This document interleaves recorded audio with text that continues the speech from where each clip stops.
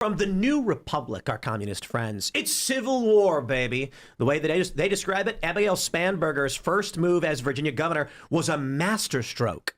Even moderate Democrats can be boldly anti-MAGA. Other centrist Democrats should follow her example. That's ridiculous. Well, what did she do?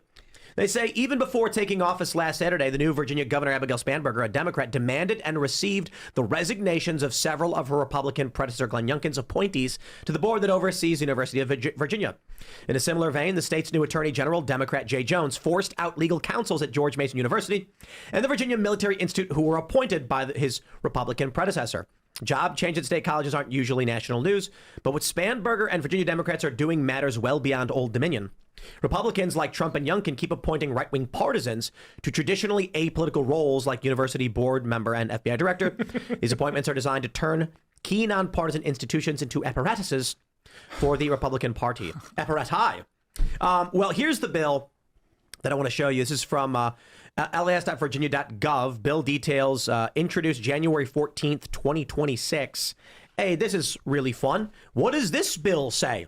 Quote, all orders from the federal government or any of its officers, agencies, or departments to the state militia of Virginia, including the National Guard and the unorganized militia, that relate to the call, induction, or drafting of Virginia state troops of any type or description into the federal service for active duty or otherwise, and withdrawing them from the control of the governor of Virginia, shall be first transmitted to and through the governor of Virginia.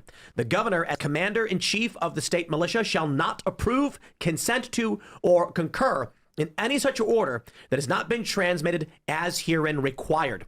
Additionally, no armed militia from any other state, from another state, territory, or district shall enter the Commonwealth for the purpose of active military duty without the permission of the governor of Virginia, unless such militia has been called into the federal services for active duty and is acting under the authority of the President of the United States pursuant to Title 10 of U.S. Code.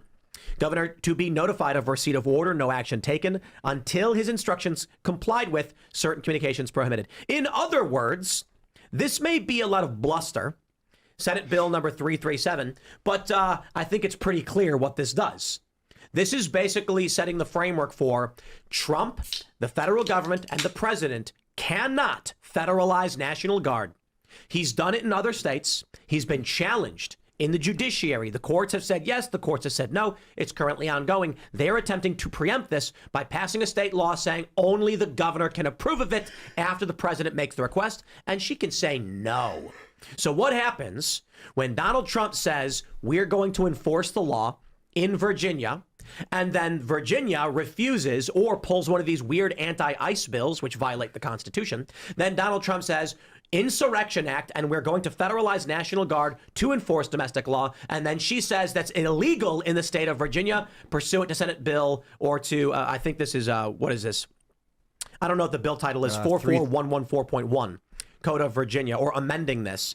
And then what happens after that? He'll have to call up the National Guard of another state. And this also says they can't be sent in.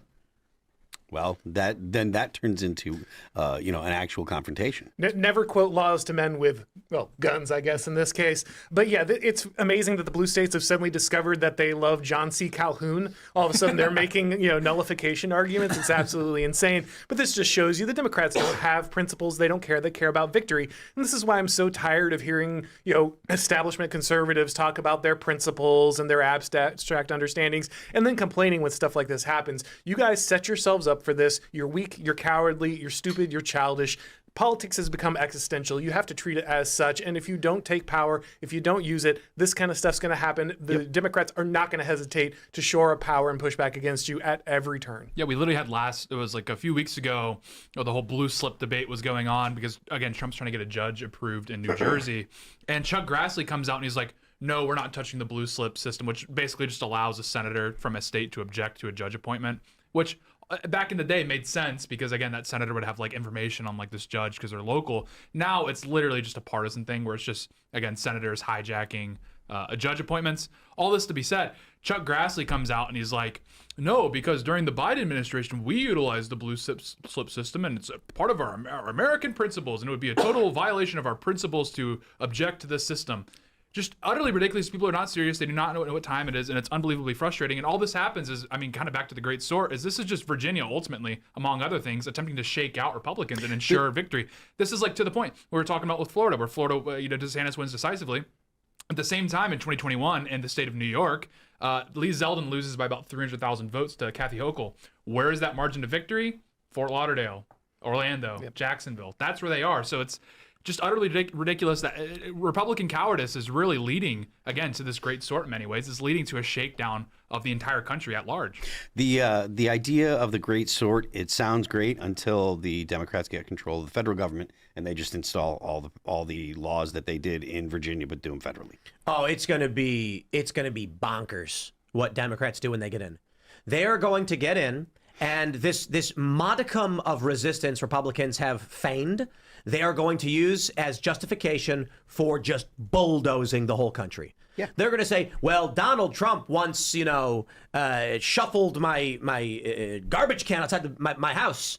That's an affront to justice, so we're going to put you all in prison. We're going to ban guns. We're going to open the borders, and it's just, that's the excuse they're going to use. Democrats have made it clear that a peaceful exchange of power is no longer an option. I mean, they have blatantly said, we're putting Pete Hegseth in jail, we're putting Donald Trump in jail, we're putting everybody who's worked for the administration in jail, we're probably putting a bunch of Trump supporters in jail. You can no longer hand Democrats power. They're putting Ian in jail, too. That's what worries me the most. Ian's going to prison. Everyone else is going to go to jail. Ian's going to jail. Yeah, we get 6 months. He gets a year to jail and help them install webcams for the prisoners. I'll go.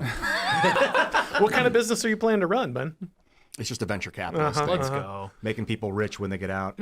I've made this point before on the show, and like people don't believe me. It's literally if you have a Twitter account and you're expressing support for these ICE operations, go to archive.org. Even if your Twitter's tiny, put in your handle, put in your URL or whatever. Someone is logging your Twitter. People are logging your Twitter. So again, even if it's not like maybe necessarily you going to jail, you're going to face social repercussions if, heaven forbid, you ever get doxxed or something like that. From the top, from these politicians, from these governors, from these senators, all the way down to the activist space, they are watching us and they are salivating at the opportunity to come after us. I'd love to do a bit like this where it's like, 3 years in the future and we're on IRL and we're like, the Democrats have taken every branch of government.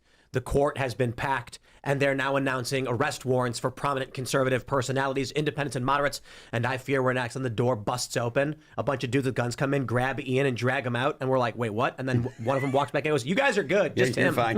You're fine. I'm a patsy.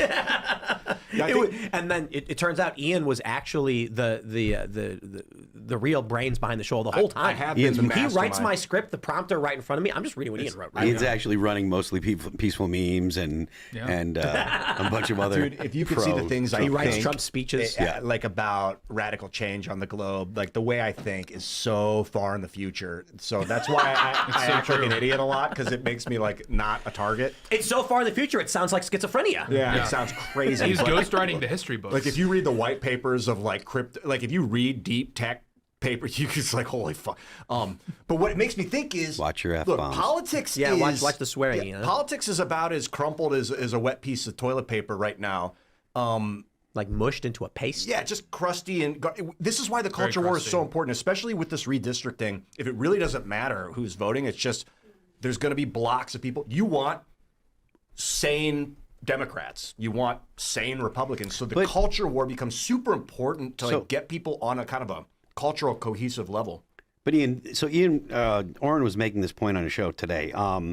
What do you do when you have a Democrat that basically runs as a moderate, right, and then gets into office and is as far left as you can go? Because that's exactly what Abigail Spangenberger, right? Spanberger. I always call her Spanberger. That's exactly what she did. She ran as a moderate. She was alleged to be a center-left Democrat, right? Very normal Democrat, blah, blah, blah.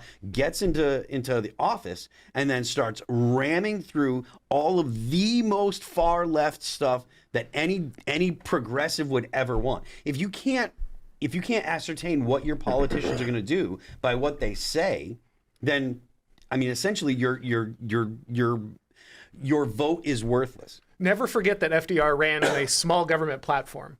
Oh, God, did he really? I didn't know that. Roosevelt ran on reducing the size of government, getting government out of things, and then immediately turned around and basically said, I'm taking total power and completely running a revolution through this country. This is as old as it gets, man. Like, you can't trust politicians. Of course they're going to lie. The only people who are dumb enough to believe them are Republicans. The Democrats know you run as a moderate and then you become Mao as soon as you get into office. That's how they operate. Thanks for checking out this clip from Timcast IRL. Make sure to watch the show live Monday through Friday at 8 p.m. Subscribe to this channel, and we will see you all there.